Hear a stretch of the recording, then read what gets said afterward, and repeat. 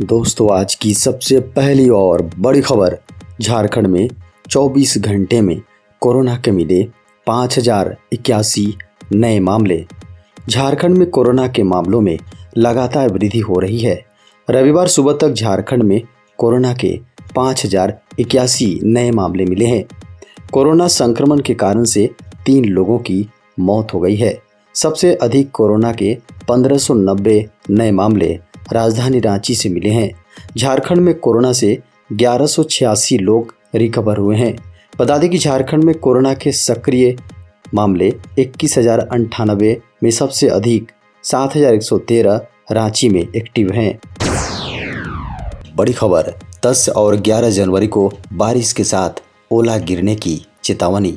मौसम केंद्र ने चेतावनी जारी करते हुए कहा है कि 10 और 11 जनवरी को झारखंड के उत्तरी और मध्य भाग में कहीं कहीं हल्के से मध्यम दर्जे की गर्जन और वज्रपात के साथ ओलावृष्टि भी हो सकती है। वहीं मौसम केंद्र रांची ने 12 और 13 जनवरी को झारखंड के कई इलाकों पर हल्के से मध्यम दर्जे की बारिश का पूर्वानुमान किया है। 14 जनवरी के बाद पश्चिमी विक्षोभ के झारखंड से निकल जाने का अनुमान है। इसके बाद झारखंड में ठंड में वृद्धि होगी। बड़ी खबर है, झारखंड में आज से लगाए जाएंगे कोरोना वैक्सीन का बूस्टर डोज।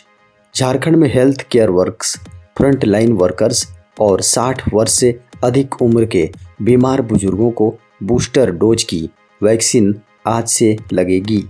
इस श्रेणी में आने वाले वैसे लोग यह बूस्टर डोज ले सकेंगे जिनका दूसरी डोज की वैक्सीन लिए 9 महीने यानी 39 सप्ताह हो चुके हैं। वहीं बूस्टर डोज लेने के लिए फिर से रजिस्ट्रेशन कराने की आवश्यकता नहीं है। वैक्सीन लेने के लिए ऑनलाइन पंजीयन कराया जा सकता है या फिर वैक्सीनेशन सेंटर पर जाकर डोज लिया जा सकता है। झारखंड में जल्द होगी कीमती पन्ना की खुदाई। झारखंड के लोगों के लिए बड़ी खुशी की खबर है। झारखंड में फिर से बेशकीमती पन्ना की खदान की नीलामी के लिए प्रयास किए जा रहे हैं। संभावना जताई जा रही है कि मार्च 2022 तक सरकार पन्ना खनिज के 2 ब्लॉक की ई नीलामी कर देगी। ऐसे में झारखंड देश का पहला राज्य बन जाएगा जहां पन्ना की खुदाई की जाएगी, जिससे कम से कम 10,000 लोगों को रोजगार मिलेगा। बताया जा रहा है कि झारखंड के अलावा राजस्थान और आंध्र प्रदेश के कुछ हिस्सों में पन्ना मौजूद है। सरकार ने कोल्हान के पूर्वी सिंहभूम जिले के गुड़ा बांदा में दूसरे खनिज ब्लॉक का G4 स्तर पर G4 स्तर का भूतात्विक अन्वेषण का कार्य दोबारा शुरू किया है। सिमडेगा में आम के पेड़ पर लटका मिला युवक युवती का शव। झारखंड के सिमडेगा जिले से बड़ी खबर है। कोलेबिरा थाना क्षेत्र के अंतर्गत नवाटोली पंचायत के गोंदल टोली गांव में स्थित आम के पेड़ में एक युवक युवती ने खुदकुशी कर ली। इस घटना से क्षेत्र में सनसनी फैल गई। मामले को प्रेम प्रसंग से जोड़कर देखा जा रहा है। ग्रामीणों की सूचना पर कोलेबिरा पुलिस मौके पर पहुंचकर मामले की छानबीन करते हुए शव को फंदे से उतारकर अपने कब्जे में लेते हुए पोस्टमार्टम के लिए भेज दिया। कृषि पाठशाला से विकसित होंगे झारखंड के किसान। झारखंड सरकार ने वित्त वर्ष 2021-22 के लिए कृषि क्षेत्र में फसल उत्पादन एवं उत्पादकता को बढ़ाने एवं उन्नत कृषि प्रौद्योगिकी को प्रदर्शित करने के लिए कृषक पाठशाला एवं बिरसा ग्राम विकसित करने की योजना पर सरकार ने काम करना शुरू कर दिया है। बताया जा रहा है कि कृषक पाठशाला के माध्यम से कृषि, पशुपालन एवं मत्स्य विभाग द्वारा कृषकों की क्षमता विकसित की जाएगी एवं वैज्ञानिक विधि से उन्हें प्रशिक्षित भी किया जाएगा। झारखंड में कृषि एवं संबद्ध क्षेत्रों में फसल उत्पादन, पशुधन और मत्स्य पालन आदि शामिल हैं। समेकित बिरसा विकास योजना के मॉडल के पहले चरण में 17 कृषक पाठशाला झारखंड के विभिन्न कृषि क्षेत्रों में विकसित की जाएगी। फिर अगले 3 वर्षों में चरणबद्ध तरीके से 100 कृषक पाठशाला विकसित की जाएगी। मुख्यमंत्री आवास में कोरोना का हमला। झारखंड के मुख्यमंत्री आवास तक कोरोना संक्रमण पहुंच गया है। आवास के 16 कर्मचारी कोरोना संक्रमित पाए गए हैं। संक्रमित कर्मचारियों में चपरासी, ड्राइवर, गार्डनर और कैंटीन में काम करने वाले लोग शामिल हैं। मुख्यमंत्री आवास के कुल 62 लोगों की कोरोना जांच की गई, जिनमें 16 लोग संक्रमित पाए गए हैं। हालांकि मुख्यमंत्री हेमंत सोरेन की रिपोर्ट नेगेटिव आई है। बताया जा रहा है कि शनिवार को सदर हॉस्पिटल की टीम ने मुख्यमंत्री हेमंत सोरेन, उनका परिवार और बॉडीगार्ड समेत 13 लोगों का सैंपल लिया था। इनमें से सीएम की पत्नी और दोनों बच्चे, उनकी साली समेत 5 लोग पॉजिटिव पाए गए थे। जेपीएससी करेगा 234 मेडिकल अफसरों की नियुक्ति। जेपीएससी जल्द ही 234 मेडिकल अफसरों की नियुक्ति करने जा रहा है। 234 में 232 पद रेगुलर और 2 पद बैकलॉग के हैं। अभ्यर्थी 11 जनवरी से 9 फरवरी 2022 तक ऑनलाइन आवेदन कर सकते हैं। एग्ज़ाम फीस का भुगतान 10 फरवरी 2022 तक कर सकते हैं। ऑनलाइन आवेदन की हार्ड कॉपी 18 फरवरी 2022 तक जमा किया जा सकता है। 232 पदों में अनारक्षित के लिए 101 पद, एसटी के लिए 81 पद, एससी के लिए 13 पद और बीसी 1 के 10, बीसी 2 के लिए 12 पद, ईडब्ल्यूएस के लिए 15 पद हैं, जबकि क्षितिज आधार पर आदिम जनजाति के 2, महिला के 12 पद, खेलकूद के 5 पद और निःशक्त के लिए 9 पद शामिल हैं। वहीं बैकलॉग के 2 पद एसटी के हैं। राज्य के 5 जिलों में नियुक्त हुए 20 सूत्री के जिला उपाध्यक्ष और सदस्य। झारखंड की हेमंत सोरेन सरकार ने झारखंड के 5 जिलों में 20 सूत्री जिला अध्यक्ष और उपाध्यक्ष के नामों की घोषणा की है। खबरों को माने तो घोषणा किए जाने वाले 5 जिलों में साहेबगंज, पाकुड़, गढ़वा, जामताड़ा और लातेहार शामिल हैं। इस संबंध में योजना एवं विकास विभाग ने अधिसूचना जारी की है। इससे पहले विभाग द्वारा इन जिलों के प्रखंडों के भी 20 सूत्री जिला अध्यक्ष, उपाध्यक्ष सहित सदस्यों की भी नियुक्ति की गई। JPSC combined civil service main exam 28 जनवरी से। दोस्तों, झारखंड लोक सेवा आयोग ने combined civil service main exam 2021 की तिथि घोषित कर दी है। सूचना के अनुसार JPSC combined civil service main exam का आयोजन 28 जनवरी और 30 जनवरी को किया जाएगा। उम्मीदवार सिविल सेवा मुख्य परीक्षा की तिथि के साथ अन्य जानकारियों के लिए जेपीएससी की वेबसाइट jpsc.gov.in पर देख सकते हैं। जेपीएससी की पीसीएस मुख्य परीक्षा में कुल 6 पेपर होते हैं। इस परीक्षा में पास होने वाले उम्मीदवारों को इंटरव्यू के लिए बुलाया जाएगा। जेपीएससी की नोटिस के अनुसार इंटरव्यू के लिए मेंस एग्जाम के पेपर 2 से पेपर 6 पेपर में मिले कुल अंक के आधार पर बुलाया जाएगा। जेपीएससी की मेंस एग्जाम 950 अंकों की होगी, जबकि इंटरव्यू 100 अंकों का होता है।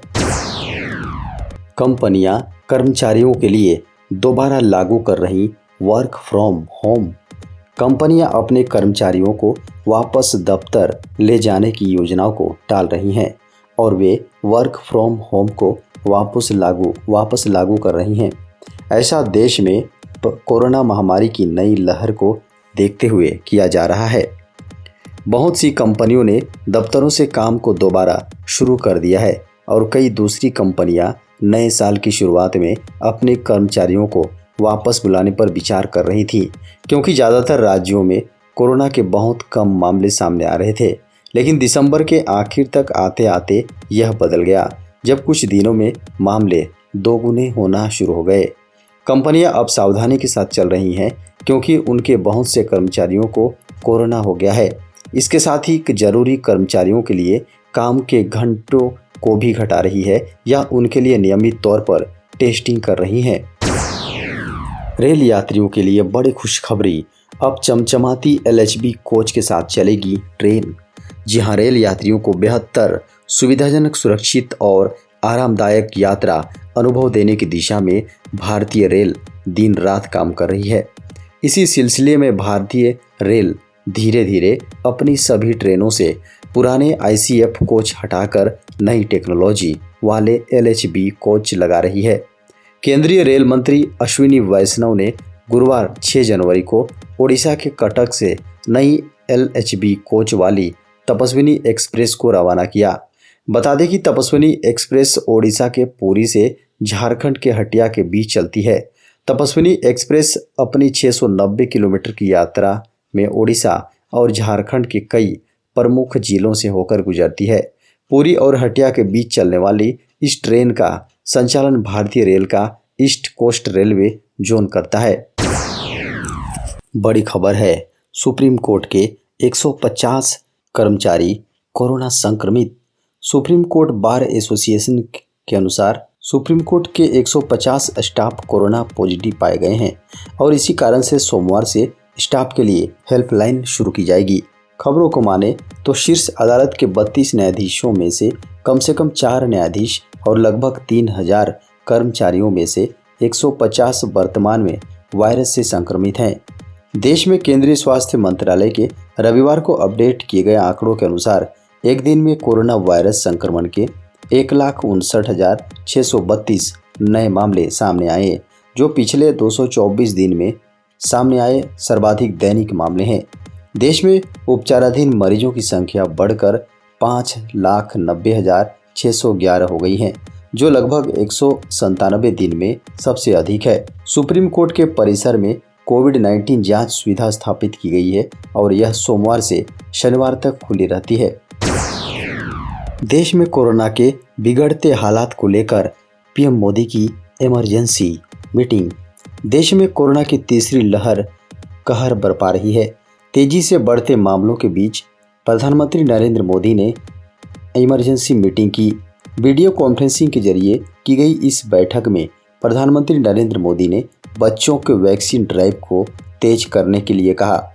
मोदी ने निर्देश दिया कि जिन राज्यों में कोरोना के अधिक मामले आ रहे हैं उन राज्यों को टेक्निकल सपोर्ट दिया जाए। पीएम मोदी ने जिला स्तर पर पर्याप्त हेल्थ इंफ्रास्ट्रक्चर को सुनिश्चित करने की आवश्यकता पर भी जोर दिया। उन्होंने अधिकारियों से इस संबंध में राज्यों के साथ समन्वय बनाए रखने को कहा। मोदी ने राज्यों की स्थिति पर चर्चा करने के लिए सीएम के साथ बैठक बुलाए जाने को कहा है।